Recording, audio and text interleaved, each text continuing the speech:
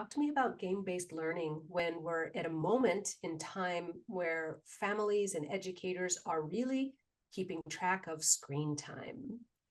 I think all the conversations around social media, critical, important, good. I think our conversations around television consumption, critical, important, good. I think we also just have to recognize not all screen time is created equal. I say this all the time. And so I think there is an adult awareness around what a young person is doing on their screen that is like central to this conversation. I also think really missing is that for a long time, and I'm a parent myself, so like I've fallen victim to this. It's like I'm going to give you a screen so I can do something else and so that you stay busy. And there's a time and place, particularly if you know what you're showing them. But there's also this really beautiful experience in co-viewing, co-playing that can actually build connection. There are multiplayer games, right, where you can play with your kid. So it becomes an activity that you know is high interest to them.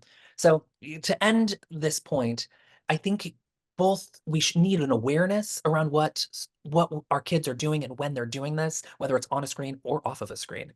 And we can think about their interest in a way that allows us to be with them in a moment, and also, we just have to have a deep understanding of what we're putting in front of them to make sure it's high quality.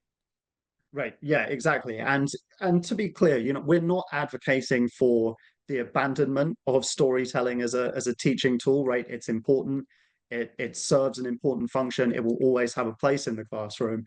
What we're saying is that it is not as effective as it can be if it's not framed in some kind of historical context, right? If the students don't have the tools to make sense of the story, then it is not going to have a deep and lasting impact on them.